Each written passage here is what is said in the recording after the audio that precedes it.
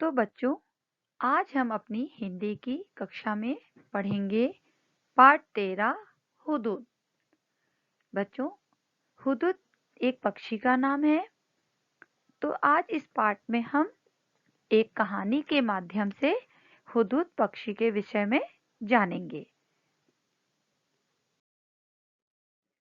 तो आइए चलते हैं हम अपने पाठ के तरफ। आपने बच्चों अक्सर देखा होगा, हुदूद जो पक्षी होता है ना, उसके सिर पर एक कलगी होती है। तो हुदूद पक्षी को ये कलगी कैसे मिली, इस कहानी में हम सबसे पहले ये जानेंगे।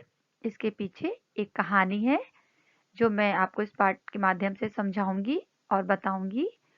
और इसके बाद अगले पाठ भाग में हम जानेंगे कि हुदूद पक्षी क्या खाता है, उसे हम किन किन नामों से बुलाते हैं आदि। तो चलते हैं, हुदूद को कलगी कैसे मिले। एक बार सुलेमान नाम के बादशाह आकाश में उड़ने वाले अपने उड़न खटोले पर बैठे कहीं जा रहे थे। जैसे आज के समय में बच्चों हवाई जहाज है, हेलीकॉप्टर है, उसी तरह पहले के समय में उड़न खटोले होते थे जिन पे राजा लोग बैठकर जाते थे। बड़ी गर्मी थी, धूप से वह परेशान हो रहे थे।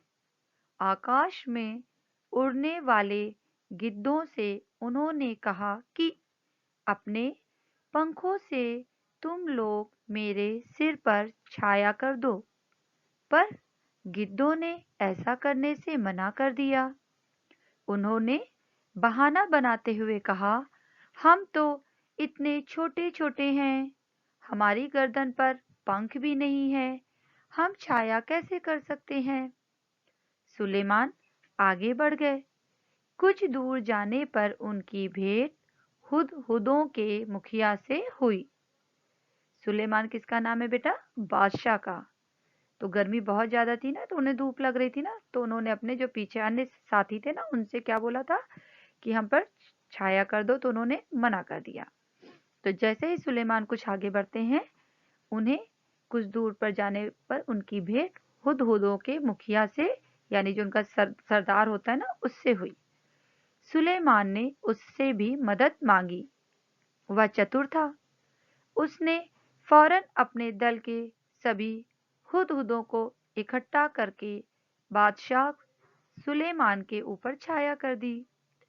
सुलेमान बोले, मैंने गिद्धों से भी मदद मांगी थी, वे मेरी मदद कर सकते थे, पर उन्होंने मेरी मदद नहीं की।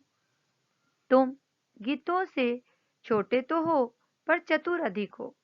तुम सबने मिलकर मेरी सहायता की है। मैं तुमसे बहुत प्रसन्न हूँ। मैं तुम्हारी कोई इच्छा पूरी करूंगा।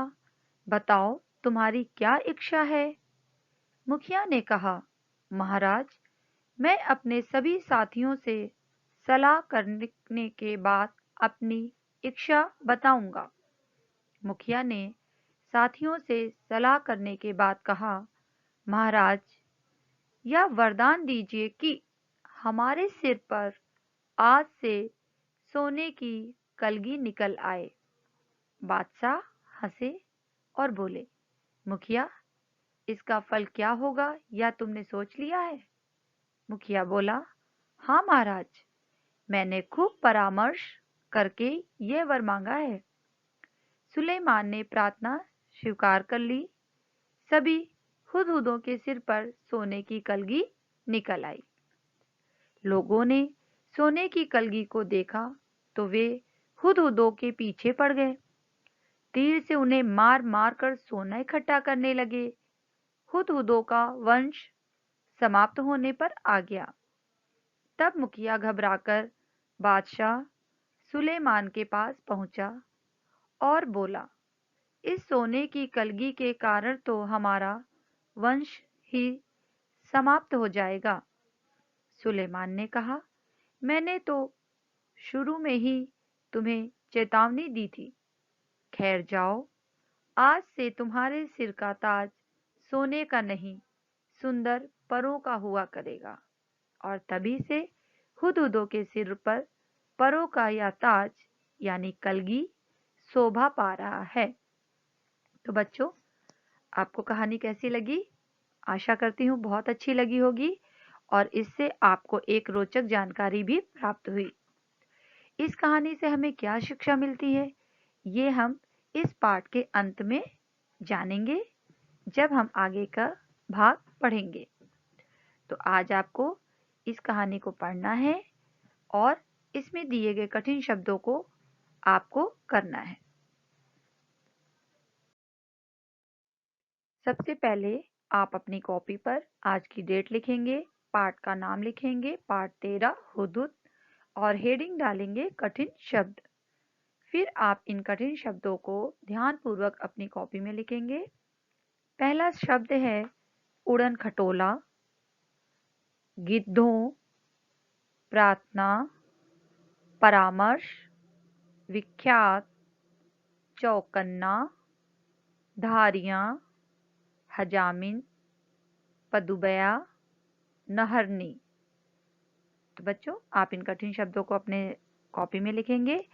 इसके अतिरिक्त भी अगर आपको कोई कठिन शब्द और लगते हैं तो आप अपनी पाठ से किताब से आप उसको भी अपनी कॉपी में लिख सकते हैं।